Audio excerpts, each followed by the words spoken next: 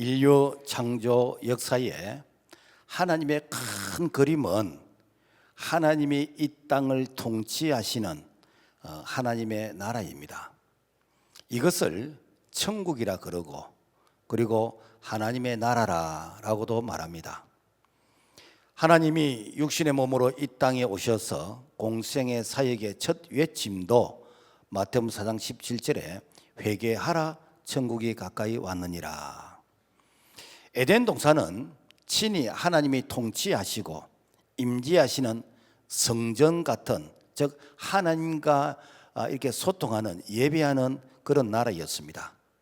그래서 하나님이 다른 피조물들은 그야말로 말씀으로 창조하셨는데, 그런데 사람만큼은 자기를 닮은 하나님의 형상대로 사람을 창조하시고 그 속에 하나님의 생기를 불어넣으시면서 하나님과 소통할 수 있도록 찬양과 경배를 드릴 수 있도록, 그래서 하나님과 대화하는 그런 소통의 나라가 바로 에덴 동산의 하나님의 나라였다라는 것입니다.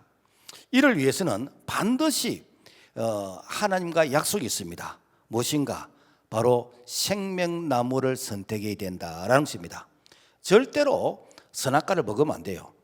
사람들은 이 선악과 그러면은 이게 무슨 과일나무인가, 이게 무슨 사과나무인가, 이게 석류 과일인가 생각하는데, 그런 과일이 아니고 선이 무엇인지 악이 무엇인지 지식의 나무인데, 이 선악과를 선택하게 되어지면은 자기 기준에서 이건 선이야, 이건 악이야, 하나님의 말씀이 기준이 아니고 자기 기준으로 살게 됩니다. 소위 말해서 인본주의가 됩니다. 그래서 선악과를 먹게 되어지면은 하나님과의 관계가 단절되어지는, 정령 죽게 되어진다라는 것입니다. 자, 그런데 인간이 선악과를 선택하여 범죄함으로 그야말로 인간 이제는 왕이 세상을 타락한 문화로 만들게 되어지는 그런 세상이 되어졌다라는 것입니다. 하나님의 나라를 타락시키고 변질시키고, 그래서 이 사탄에 이르는 왕국으로 만들기 시작한 그런 타락한 나라가 되었을 때, 하나님께서는 더 이상 두고 볼 수가 없어서 시대마다 하나님께서 타락한 세상은 심판하셨습니다. 그 첫 번째 심판이 무엇인가? 노아 홍수 심판이었습니다. 하나님께서 사람 지었음을 한탄하시면서 홍수로서 다 이렇게 노아 가족 외에는 다 이렇게 썰어버리시고 재창조하시는 그런 역사가 시작이 되어졌다라는 것입니다. 그리고 하나님은 이스라엘 백성이 범죄할 때마다 하나님께서 이방 나라를 시켰어. 그래서 이방 나라 블레셋이나 아말렉, 모압, 암몬, 에돔, 애굽, 바벨론, 아수르, 다 이게 하나님을 안 믿는 이방 나라입니다. 이런 이방 나라를 시켜서 하나님을 믿는다고는 이스라엘을 심판하셨습니다.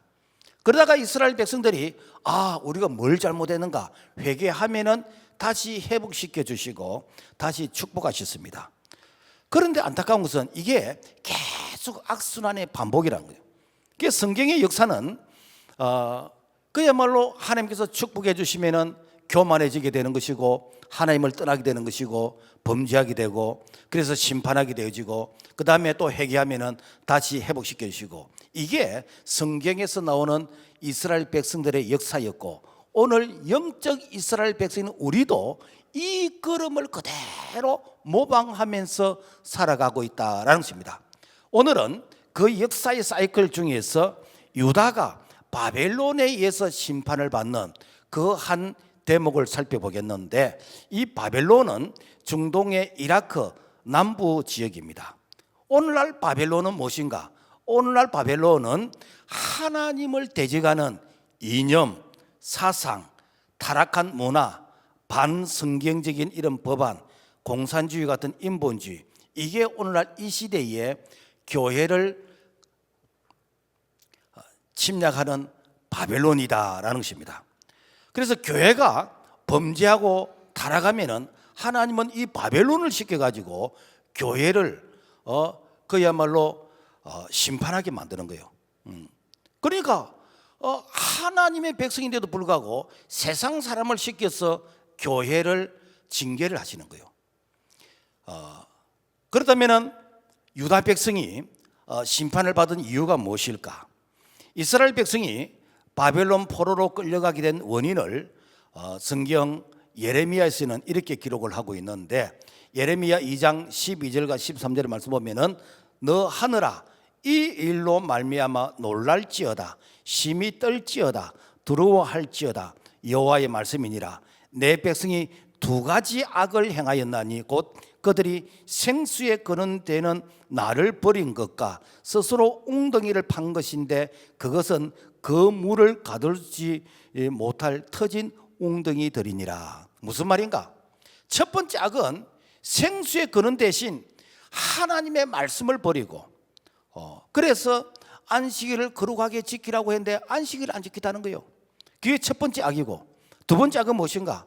스스로 웅덩이를 판 것인데 이거는 무엇인가? 스스로 우상을 만들어서 이 우상이 앞으로 우리를 축복할 신이다 라고 하는 우상을 숭배한 것.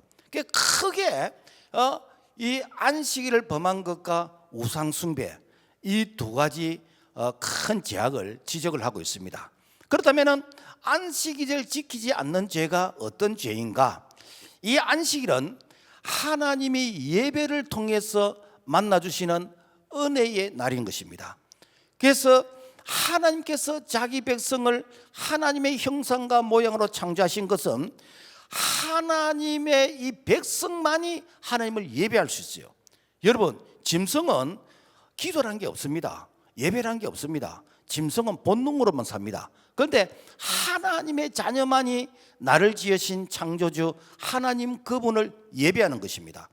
자, 그래서 이 안식일은 하나님께 예배하는 날이요. 그리고 영원한 안식을 소망하는 날이요. 우리가 이 땅을 떠나게 되면 영원한 천국에서 안식할 것을 미리 이 땅 위에서 경험하는, 여행 연습하는, 이것이 무엇인가? 우리가 안식일을 거룩하게 지키는 거예요. 내가 안식일을 안 지킨다, 나 천국 안 가고 싶다, 이 말하고 똑같은 것이요.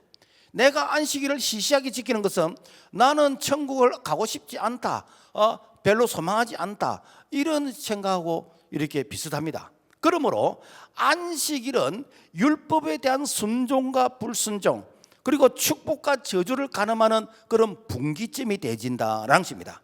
그래서 하나님께서는 안식일을 지키지 않으면 성문에 불을 놔 궁전을 삼키겠다고 경고하셨습니다. 예레미야 17장 27절, 우리 참 중요한 말씀인데 기분 좋은 사람들만 같이 한번 읽어봅니다. 시작. 만일 너희가 안식일을 거룩되게 아니하여 안식일에 짐을 지고 예루살렘 문으로 들어오면 내가 성문에 불을 놔 예루살렘 궁전을 삼키게 하리니 그 불이 꺼지지 아니하리라 하셨다 할지니라 하시니라. 무엇인가? 한마디로 안식일 날 내가 노동한 거, 안식일 날 번 거는 다 태워버리겠다는 거예요. 그런데도 유다 백성들은 안식일을 지키지 않았습니다. 실제로 유다 백성들이 안식일을 지키지 않으면서 살았던 그들의 삶을 하나님은 바벨론을 시켜서 바벨론 포로로 잡혀갈 때에 성문이 다 불타버렸습니다. 그리고 그동안 모았던 모든 재물 전부 다 바벨론으로 다 빼앗겨버렸습니다. 지금 말하면 우리가 안식일 날 번 거 세상 바벨론이 다 가져간다는 것입니다. 두 번째로는 안식년을 지키지 않는 죄. 이스라엘 백성은 언약의 땅 가나안 땅에 들어간 이후에 7년째 되는 그 해는 안식년이라 해서 땅도 쉬어라, 파종하지 말라, 심지어는 스스로 난 어떤 곡물이라 할지라도 너희들이 거두지 마라, 이런 것들은 산짐승이나 이런 새들이 먹도록 놔두고 너희들은 그거 추수하지 마라. 그래서 안식년을 지키면은 하나님께서 내가 너에게 복을 주겠다라는 약속인 것입니다. 그래, 이런 제도는, 축복은 너희들이 노력을 해서 노력의 결과가 아니라 하나님께서 너희들에게 복을 주시는데, 하나님께서 너희들에게 이 심은 대로 거둘 수 있도록 하나님께서 복의 근인이 되신다라는 것을 교훈하시는 것이요. 자, 그래서 유다 백성은 이 안식년을 지키면은, 와, 1년 동안 우리가 농사 안 지면은 그러면 우리가 뭐 먹고 살지, 이렇게 생각하고 실질적으로 어떻게 된가? 안식년을 안 지켰습니다. 하나님의 뜻은 무엇인가? 내가 6년 동안에 너희들에게 먹을 것을 풍성하게 주어서 안식년 때는 일 안 해도 될 만큼 내가 너희들에게 미리 복을 주겠다라는 것입니다. 여러분, 뭐가 좋습니까? 6년 동안 복 받고 1년 쉬는 게 좋습니까? 아니면 7년 동안 일하는 게 좋겠습니까? 요즘 사람들은 6년 동안 복 받고 1년 쉬는 것보다도 7년 동안 일하는 걸 더 좋아하더라고요. 뿐만 아니라 히브리 종들에게 7년째는 자유하도록 그들에게 자유를 주어라. 그런데 유다 백성들은, 아니 종들을 자유를 줘버리면 일은 누가 하고, 그 당시에 종들은 일하는 농기계로 생각했습니다. 이런 제도는 생사하복이 하나님께 있고 진정한 자유는 하나님의 주권에 있다라는 것을 교훈하는 그런 영적인 의미인 것입니다. 그래서 내 방법대로 잘 살아보겠다고 하면은 하나님께서 어떻게 하는가? 억지로 쉬게 만들어 버리겠다는 거예요. 그런데 실제로 하나님께서는 그들을 바벨론 강제로 포로로 끌려가게 하시고 땅을 70년 동안 강제로 쉬게 만들어 버렸어요. 역대하 30장 22절에 보면은 그 이유가 설명이 기록되어 있습니다. 같이 한번 읽어볼까요? 시작. 토지가 항무하여 안식년을 누림같이 안식하여 70년을 지내었으니 여호와께서 예레미야 입으로 하신 말씀이 응하였더라. 우리가 가끔 성경을 읽을 때 좀 궁금한 것은, 아니 왜 바벨론 포로가 70년이지 뭐 60년 하면 안 되나? 또 80년은 안 되나? 그런데 꼭 70년을 해야 되냐? 무슨 이유가 있느냐? 이유가 있습니다. 그 이유가 무엇인가? 너희들이 안식일과 안식년과 희년을 지키지 않았는데 그 지키지 않은 것을 내가 강제로 지키게 만들겠다는.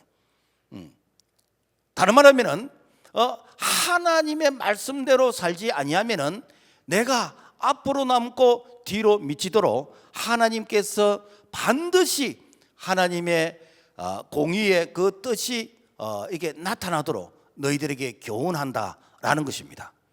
그 다음에 우상숭배죄인데 예레미야 선지자는 유다가 망하기 전 우상숭배죄를 경고했습니다. 얼마나 우상이 많았느냐 하면은 우상의 숫자하고 성읍의 숫자하고 같았습니다. 그러니까 지금 말하면은 각 뭐 이렇게 동네마다 우상이 다 있었다는 거예요. 심지어는 하나님의 성전 안에까지 바알신과 아세라 신의 우상을 갖다 놓고 섬겼습니다. 하나님은 선지자를 보내어서 우상 숭배죄를 회개하도록 외쳤습니다. 그런데 이 선지자를 거짓 선지자라고 이렇게 매도하고 그리고 이 선지자를 감옥에 가두게 되어지는, 그러니까 하나님의 뜻을 전했는데 이 세상 사람들은 하나님의 뜻보다는 자기들이 하는 것을 옳다고 생각하면서 오히려 그들을 비웃고 조롱하고 감옥에 가두었습니다. 예레미야 5장 12절 말씀 보면은 그들이 말하기를 여호와께서는 계시지 아니하니 재앙이 우리에게 임하지 아니할 것이요 우리가 칼과 기근을 보지 아니할 것이며, 그러니까 하나님이 어디 계시느냐? 하나님 심판 재앙 없다. 쓸데없는 소리 하지 마라. 이 교인들에게 겁주지 마라. 세상 사람들에게 이렇게 겁주는 그런 말을 하지 마라 라고 하면서 언론과 오늘날 심지어 교회 안에서도 그런 말을 할 수가 있다라는 것입니다. 여러분, 어쩌면 오늘날 이 시대하고 여러분 좀 비슷하지 않습니까? 오늘 이 시대에 우리가 영적 바벨론의 이런 침략을 받고 있고 영적 바벨론의 이런 참 이 부분적으로 우리가 이렇게 바벨론의 이런 이 소위 그 종이 되어져 가고 있는 이런 현실입니다. 여러분 한번 생각해 보세요. 오늘날 이렇게 하나님의 말씀을 근거로 해서 이 잘못된 것을, 그게 잘못된 문화와 사상을 이렇게 주의 종이 이렇게 선포합니다. 그러면은 우리가 잘못하고 있네, 우리가 회개해야 되겠네, 이렇게 생각하고 여러분 그 잘못을 회개합니까? 니나 잘해라 그러고 그러면서 비웃습니다. 그리고 하나님의 말씀을 근거해서 정부에서 하고 있는 이 포괄적 차별 금지, 이 동성애와 이 낙태 합법화와 그리고 심지어 교회를 폐지한다는 이 폐쇄법을 만든 이런 것은 이것은 하나님 말씀 성경을 통해서 잘못된 것입니다라고 말하면은 목사님은 왜 정치 얘기를 하냐고 무식한 소리를 하는 것입니다. 여러분요, 성경 전체는 하나님의 나라의 정치입니다. 성경 전체는 하나님께서 공의로 다스리는 정치예요. 그런데 너무 공부하는 요즘 이렇게 교인들과 이 목사님들이 목사님 이렇게 정치 얘기하면 안 되나? 그러면 구약에 선지자가 없어야지. 그러면은 구약에 다니엘이나 모세나 이렇게 이사야나 이런 선지자들이 그러면은 말하지 않아야 되지. 오늘날 주의 종은 하나님의 말씀을 통해서 하나님의 말씀에서 잘못된 것은 잘못되다라고 선포할 때에 백성들이, 교인들이 바른 길을 갈 수 있는데, 그래서 선지자가 바른 말을 하지 아니하면은 이 백성들이 이렇게 교인들이 바른 길을 알지를 못하는 것이요. 그래서 반드시 선지자가 말을 해야 됩니다. 북한이 1945년 해방 전까지만 하더라도 남한보다 훨씬 잘 살았습니다. 2배 이상 잘 살았습니다. 그리고 북한이 평양에 신학교가 있었고 동양에 예루살렘이라 할 정도로 그만큼 북한 땅에는 교회가 3,000개가 있었고 그리고 이게 신도수가 한 30만 명 정도 됐어요. 그런데 남한에는 교회가 한 800개 정도밖에 안 됐고 그 교회도 다 작은 교회들이었습니다. 그런데 저 북한의 평양의 이 서문박 교회에서 1938년 9월 9일 날 이 일본의 신사, 소위 말해서 일본의 귀신을 참배하는 것을 가결을 했어요. 그때에 유일하게 그 가결은 잘못됐다라고 반대를 했던 이 대표 이 노예가 경남 지역에 있는 노예. 그때는 부산과 이 경남이 다 같은 하나였습니다.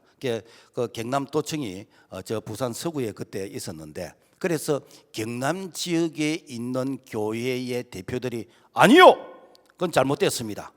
그는 성경의 10계명, 1계명, 2계명을 범하는 것이 잘못되었습니다. 그래서 잘못되었다라고 말하는 사람들은 그 일본 행사에 의해서 질질 끌려가서 옥고를 치르고 그리고 감옥에서 순교하게 되어지는, 그러면서 불이익을 당하게 되었습니다.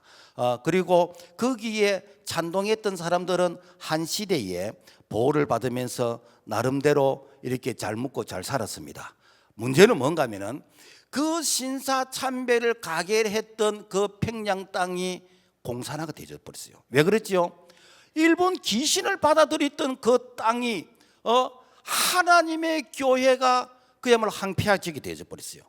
영적으로 말하면은 그야말로 간음하는 것하고 똑같습니다. 외도하는 것 똑같습니다. 그러니까 그야말로 소련 공산당이 북한을 들어와서 북한을 점령해 버리고, 그리고 3,000개 있는 교회를 전부 다 없애버렸습니다. 그리고 평양에 봉수교회하고 칠곡교회 2개 선전용 교회만 2개 남겨놓고, 그래서 남한이나 외국인들이 오면은 우리도 교회 있다라고 하면서 그야말로 이게 선전용으로 교회를 이게 2개 남겨놓고 그러면서 그들이 예배드리는 모습을 쇼를 하고 있는데, 신의 악단이라는 그 영화를 보면은 참 웃깁니다. 그래서 뭐 NGO 단체나 뭐 미국이 교포들이나 오면은 즉시 급조를 해가지고 찬양단도 만들고 기도문을 만들어서 외우고 그러면서 쇼를 합니다. 그런데 그 예배가 끝나면 다 또 해산해버리고, 또 머릿속에 또 혹시 믿음이 들어가는 것 싶어 이거 씻어낸다고 또 자아 비판하고. 그런데 신의 악단이나 그 영화를 보면 진짜 그분들이 은혜를 받아버렸어요. 그들이 연습하다가 성령을 받아버렸어. 그래서 그들을 나중에는 다 체행하게 되지는 그런 참 아픔이 있는 그런 영화인데, 여러분 오늘날 한국 교회가 지금 그런 위기를 맞이하고 있습니다.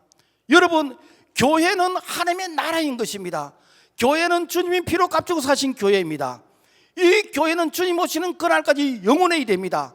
그런데 국회의원 지가 뭔데 교회를 폐쇄하는 법을 발의를 해요. 어쩌다가 여러분요, 넘지 말아야 될 그 성역을 넘고 있습니다. 저는 묻고 싶습니다. 자칭 교회를 사랑하는 사람들이 이럴 때 당신들 뭐 해요? 이럴 때 업은 일어나야 되는 거 아닙니까? 국회 앞에서 1인 시위를 하든지 금식을 하든지 아니면은 내가 하나님 앞에서 부르짖고 작정 기도를 하든지 해야 되지 않습니까? 왜 이런 일에 대해서는 왜 침묵하면서 별거 아닌 일에 대해서는 왜 열을 냅니까? 교회를 폐쇄하겠대요. 교회를. 침묵은 동조입니다. 여러분, 엘리 제사장이 뭐 큰 죄를 지어서 엘리 제사장의 그 가문이 망했습니까? 엘리 제사장의 아들 홈리와 비나스가 교회에서 못된 짓을 하는 거, 애들아 그러지 마라.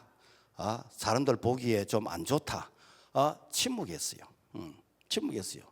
왜 빌라도가 우리가 사도신경 가운데서 본디오 빌라도에게 고난을 받고, 빌라도는 예수님에게 채찍 안 들었습니다. 빌라도는 예수님에게 몽둥이 안 들었어요. 그런데 왜 빌라도에게 고난을 당했습니까? 빌라도는 예수님이 죄 없다는 것을 알았지만은 자기가 정치적인 눈치를 보면서 자기가 중립을 지킨다고 하면서 자기가 침묵했습니다. 침묵은 동조입니다. 우리가 침묵하면 돌들을 통해서도 하나님이 찬양을 받기를 원하신다 그랬어요. 그래서 오늘날 우리가 여러분 세상 바벨론의 그런 위기를 맞이고 있습니다. 이럴 때 우리가 뭘 해인가? 영적으로 깨어나야 되는 것입니다. 영적으로 파수꾼이 되어야 되는 거예요. 마지막 교회가 희망의 보루가 되어야 되는 것입니다. 그렇게 할 때 하나님께서 교회를 통해서 하나님의 뜻이 나타나게 되는 것이고, 마지막 하나님께서 쓰시는 교회가 될 줄로 믿습니다. 그러면 유다 백성들의 영적인 상태가 어떻게 했는가? 에스겔 37장 보면은 마른 뼈들의 한상을 보여주시면서 너희 유다 백성들의 영적 상태가 마른 뼈들과 같다. 그것도 에스골 골짜기에 있는 큰 군대의 마른 뼈들과 같다라는 것입니다. 왜 마른 뼈일까? 하나님의 말씀을 무시하고 예배를 무시하고 우상을 섬겼을 때에 살아있는 것 같으나 실제로 영적으로는 죽은 자라는 거예요. 살아있는 것 같으나 실제로는 그야말로 공동묘지 빽따기와 그런 비슷하다라는 것입니다. 오늘날로 하면은 교회 안에 하나님의 말씀을 대적하는 그런 이념과 사상, 이런 것들이 교회 안에 들어옵니다. 여러분요, 이런 것이 들어왔는데 내가 여기에 아무런 어떤 감각이 없다. 영적으로 죽은 자입니다.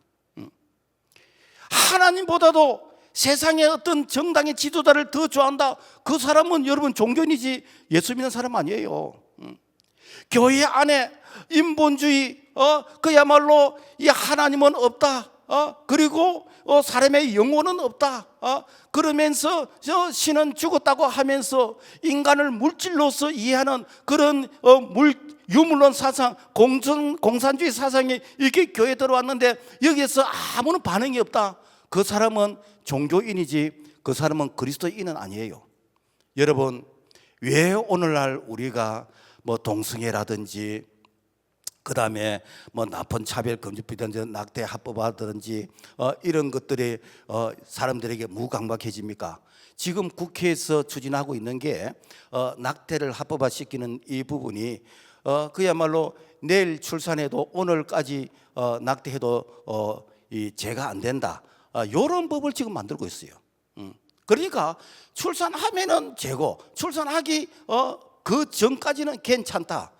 여러분, 이게 여러분요 생명을 죽이는 거 아닙니까? 교회가 왜 존재합니까? 교회는 살리는 곳이잖아요. 생명을 살리는 곳이잖아요. 그런데 왜 교회가 이런 부분에 대해서 이렇게 조용합니까? 그 이유는 교회 안에 인본주의가 들어와서 그래요. 여러분요, 교회 안에 유물로 사상, 교회 안에 공산주의 사상, 여러분요, 우리 인간을 진화론으로 보거든요. 여러분, 진화론의 사상이 무엇입니까? 우리 인간은 하나님의 창조의 작품이 아니라 우리 인간은 동물에서 진화되었기 때문에 동물의 세계는 여러분요, 본능만 있고 동물의 세계는 사촌이 없습니다. 부자가 없습니다. 동물의 세계는 모자가 없습니다. 여러분요, 이게 성욕이 일어나면은 여러분요, 앞뒤를 안 가립니다. 그게 동성이 아닙니까? 그게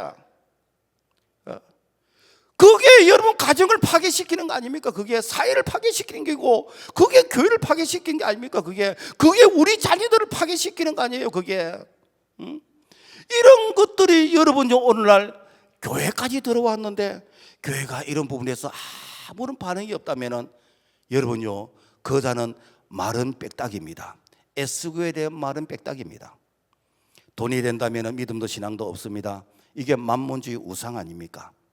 에스겔 선지자가 외쳤습니다. 이 사탄의 왕국이 되어져가는 오늘 이 시대에 소망이 있는 이 뼈들을 향해서 이 뼈들이 살 수 있을까? 이 뼈들이 희망이 있을까라고 물어봅니다. 오늘 우리도 마른 뼈들을 향하여서 이렇게 외치됩니다. 너희 마른 뼈들아, 여호와의 말씀을 들을지어다. 듣기 싫어도 들어야 되고 배우기 싫어도 배워야 되고, 우리가 이 말씀을 선포해야 되는 이유는 뭔가 하면은 이 말씀이 들어가야만이 마른 뼈가 살게 되어집니다. 만약에 말씀을 선포하지 않으면은 먼저 믿는 그 사람에게 그 핏값을 찾겠다는 거예요. 오늘 우리가 먼저 예수를 믿는다는 이거는 참 큰 특권이고 축복입니다. 그런데 의무도 있습니다. 뭔가 네가 아직도 예수를 모르는 사람에게, 영적으로 죽은 자에게 네가 이 말씀을 전해라 라는 것이, 이것이 사명이고 이것이 의무인 것입니다. 그래, 기독교는 무엇인가? 기독교는 말씀의 종교예요. 말씀 속에 하나님의 생명이 있고 말씀 속에 하나님의 임재가 있는 것이고 말씀을 통해서 성령이 역사하시는 것이고 이 말씀 속에 하나님의 축복이 있습니다. 그래서 하나님은 이 말씀을 통해서 자기 백성을 만나 주십니다. 예수님은 마른 뼈와 같은 이 죽은 자들에게 말씀하십니다. 요한복음 5장 25절, 죽은 자들이 하나님의 아들의 음성을 들을 때가 오나니 곧 이때라. 듣는 자는 살아나리라. 주님의 말씀은 영이요 생명이요 영생입니다. 요한복음 6장 3절, 살리는 것은 영이니 말은 영이요 생명이라. 요한복음 12장 50절, 명령이 영생인 줄 아노라. 그래서 이 말이 주님의 말씀, 이 하나님의 말씀은 단순히 설교가 아니에요. 이 말씀은 오늘 우리 속에 하나님의 영이 들어가는 것이고 하나님의 생명이 들어가는 것이고, 이 말씀이 들어가면 마른 뼈들이 살아나는 영생하게 되어지는 그런 은혜가 임하는 줄로 믿습니다. 인자야 이 마른 뼈들이 살겠느냐? 마른 뼈는 죽은 영인 것입니다. 사람이 죽으면요, 여러분 싸늘해지고 뻣뻣해집니다. 그래서 영적으로 죽은 자는요, 여러분 굳어 있습니다. 굳어 있는 거예요. 자, 그런 영적으로 죽은 자, 굳어 있는 이런 자, 그 심령이 메말라서 굳어 있는 자, 이런 자는 어떻게 됩니까? 갈아엎어야 됩니다. 호시아 10장 12절, 너희의 묽은 땅을 기경하라. 마침내 여호와께서 임하사 의를 비처럼 너희에게 내리시리라. 여러분요, 내 심령이 단단하게 굳어서 그야말로 시멘트와 같이 그런 굳어 있는 이런 것들은 갈아엎어야 됩니다. 봄 되면은 농부들이 겨울 내 이렇게 굳어있던 이 땅을 봄비가 내리면은 쟁기를 가지고 땅을 갈아엎잖아요. 갈아엎잖아요. 뭐 요즘은 뭐 이렇게 농기계가 합니다만은 그리하고 그 씨를 뿌려야 돼요. 오늘 우리의 이 굳어있는 이 마음, 여러분 갈아엎어야 됩니다. 그리고 어딘가 거기에 씨를 뿌려야 됩니다.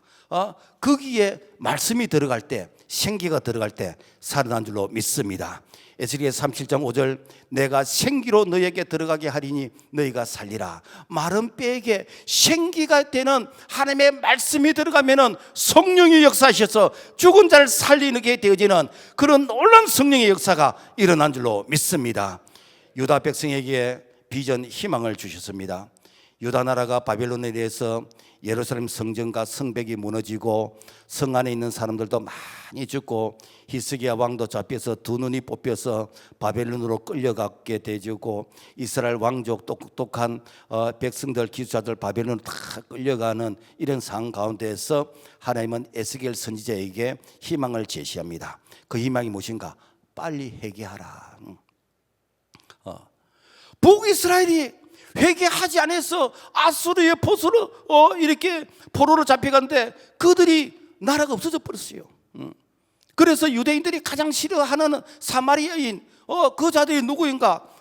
북이스라엘의 포로로 잡혀갔던 자들이 회개하지 않으니까 나라가 다 정발해 버렸습니다. 다 섞여 버렸습니다. 그러니까 너희들 빨리 회개하라.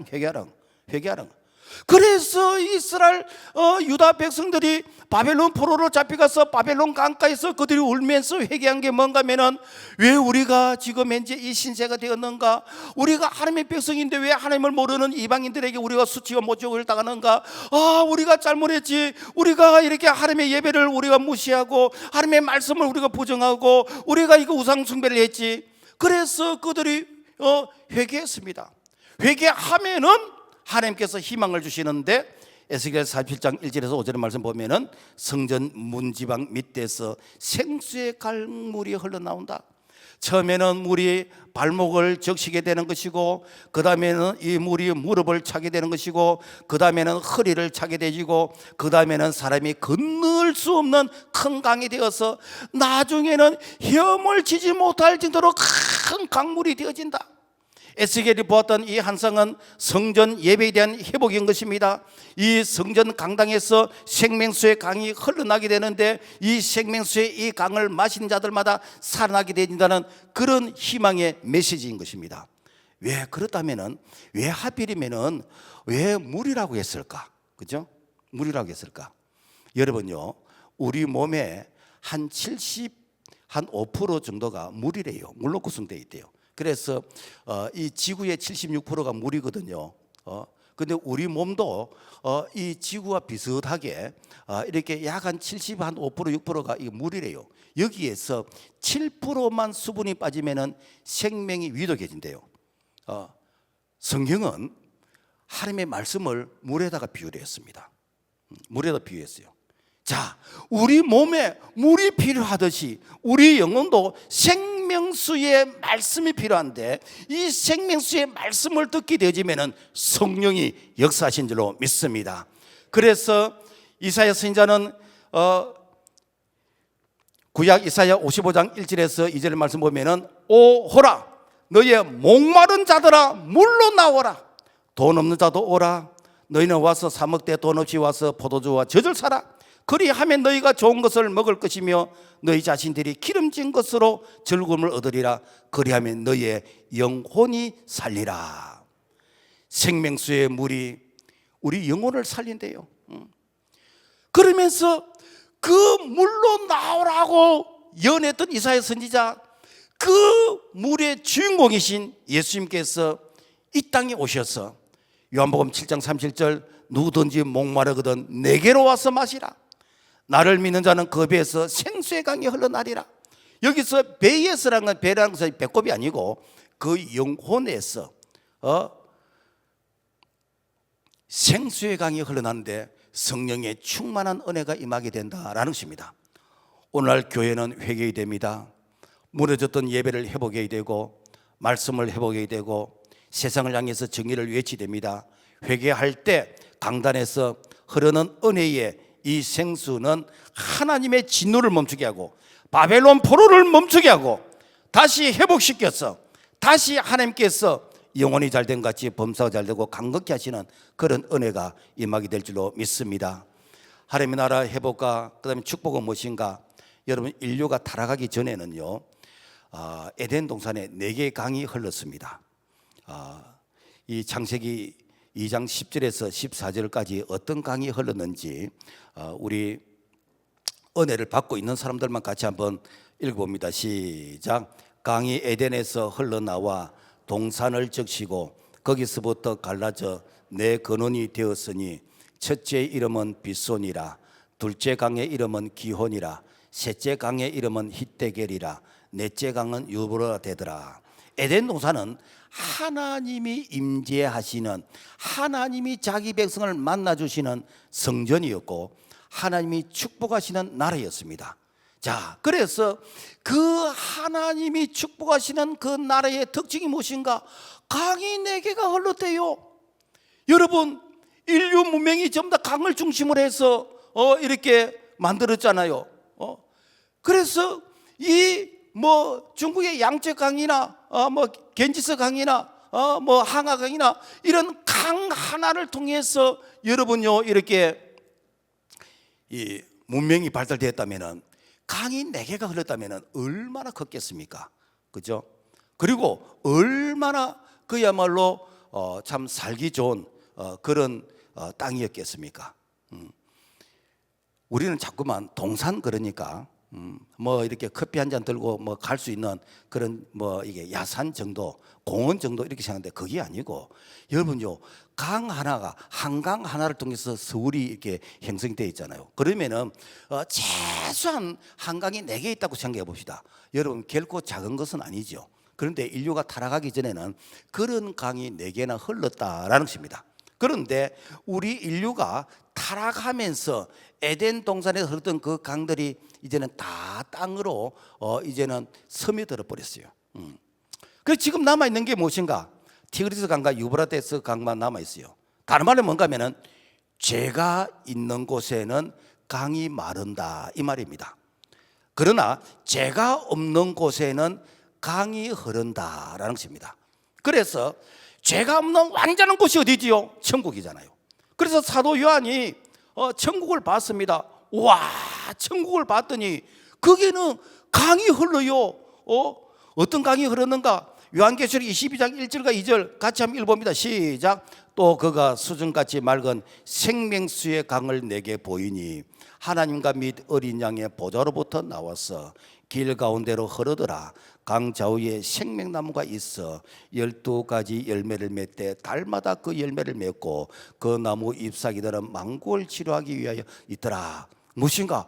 왜 천국입니까? 생명수의 강이 흘러요. 생명나무가 있는 것입니다, 여러분. 강이 마르지 않는 곳이요. 왜? 거기는 죄가 없는 곳이기 때문에. 그래서 강 좌우로 생명나무가 있어서 12가시를 맺게 되어지고 이 생명나무의 잎사귀들은 만국을 소생하게 되어지는, 소위 말해서 장차 완성될 천국의 그런 모습을 이렇게 보여주고 있는 것입니다. 에스겔이 본 성전 문지방에서 흘러나오는 물은 흘러가는 곳마다 모든 생물이 살아납니다. 강 좌우 나무 실과는 양식이 되고 잎사귀는 약재료가 되어지고 그 땅에 많은 열매를 맺게 되는 것이고 죽은 바다가 살아나서 고기가 많아지게 되지고, 한마디로 생명수의 강이 흐르는 곳마다 치유와 회복과 번영과 축복이 일어난다라는 것입니다. 그래서 에스겔 선지자는 장차 이런 일이 일어날 것을 예언했습니다. 강 좌우의 생명나무는 에덴 동산에 있던 그 생명나무의 참 주인이신 예수 그리스도, 그분께서 오셔서 진정한 생명수의 강이 되어주시고, 그분께서 우리에게 보혜사 성령을 주셔서, 그래서 이 보혜사 성령이 임하는 곳마다 살아나는 역사가 일어나게 되는 것이요. 그래서 에스겔 37장 10절에 보면은 이에 내가 그 맹도로 대언하였더니 생기가 그들에게 들어가며 그들이 곧 살아 일어나서 큰 군대를 이루더라. 마른 뼈들이 살아나서 큰 군대를 이루게 되어지는, 왜? 거기에 말씀이 들어가고 거기에 생기가 들어가는, 성령이 들어가니까 살아나더라. 이런 역사가 사도행전에 일어났잖아요. 그들이 오순절 성령의 충만함을 받고 그들이 나가서 말씀을 전하니까 그들이 살아나게 되는 거요. 3,000명이 되어지고 5,000명이 되어지는 것입니다. 여러분, 그들이 신학교를 나왔습니까? 그들이 특별히 이게 학위가 있습니까? 그런데 그들이 오순절 성령 충만 받아서 이 말씀을 전하게 되니까 살아나는 그런 역사, 그래서 극히 큰 군대가 이루어지는 거예요. 이스라엘이 로마의 식민지 하에 있을 때에 그저 소망이 없었습니다. 그렇지만은 그들이 이 복음을 전하고 복음을 전할 때 313년 로마의 콘스탄틴 황제가 기독교를 국교로 인정해서, 그래서 기독교의 황금기가 오게 되었습니다. 어떻게 가능했는가? 오순절 성령이 역사를 바꿔 놨다는 것입니다. 여러분, 100년 전 대한민국은요 세계에서 제일 가난한 민족이었습니다. 우리가 국제시장 영화 보면은 한 40년을 이렇게 기준을 해가지고 그 영화를 만들었는데 뭐 한때 저 독일의 강보로 가고 그리고 저 원양어선을 타면서 그야말로 외화벌이라 그러면은 뭐 물불을 가리지 않고 일을 하던 그런 시대가 있습니다. 그 시대는 잔업 좀 더 하려고 반장에게 잘 보려고 막 커피 타주고 그때는 믹스 커피 없었습니다만은 그만큼 이렇게 아부를 하고 그리 했습니다. 지금은 안 하려고 그리 하지만은 왜? 그때는 일 좀 더 하고 돈 좀 더 벌어보려고 더 벌어보려고 그런 시대에 우리나라에 복음이 들어왔어요. 복음이 뭐지요? 하나님의 말씀이 들어왔다는 겁니까? 이 말씀이 들어오면서 우리 민족을 깨웠습니다. 우리 민족을 살렸습니다. 그때 당시에 한국에 왔던 이 선교사님들이요 다 자국에서 엘리트들이었어요. 자국에서도 정말 훌륭한 그런 뭐 직장도 가질 수 있고 또 교회를 목회할 수 있는 그런 분들이 한국에 와서 그분들이 순교하면서 이 땅에 복음을 전했습니다. 그 결과 오늘날 우리가 세계 속에서 대한민국으로 경제 10위권이 되어지고 군사 강국이 되어진 그 밑바닥이 무엇인가? 바로 복음의 역사이다라는 것입니다. 오늘날 우리를 실망케 하는 것들은 여러분 우리가 정치 물론 실망스럽지요. 반성경적인 문화, 타락한 사회 그리고 이렇게 정직하지 못한 언론 다 우리를 실망케 합니다. 정말 우리를 실망케 하는 것이 무엇인가? 이것은 여호와의 말씀의 기갈이라는 것이죠. 아모스 8장 11절 내가 기근을 땅에 보내리니 양식이 없어 주림이 아니며 물이 없어 가람이 아니요 여호와의 말씀을 듣지 못한 기갈이라. 내가 이렇게 육신적으로는 하루에 밥 3끼를 내가 먹어야 되는데 내가 말씀은 먹지 않아도 살 수 있다라고 생각하는 그 기간이 여러분요 이 에스겔 이 골짜기에 마른 뼈가 되어서 소망이 없는 그런 모습이었다면은 여러분요 우리가 정말 말씀을 다시 회복하는 이것이야말로 오늘 우리에게 진정한 희망인 것이고 오늘 우리가 회복되어야 될 줄로 믿습니다. 교회가 말씀 중심으로 돌아와야 됩니다. 말씀 중심으로 돌아오면은 세상 바벨론에서 해방되게 되는 것이고 하나님의 나라가 세상을 다스리게 되어지는 그러면서 하나님께서 축복하시는 이 나라 임력이 될 줄로 믿습니다. 말씀을 맺겠습니다.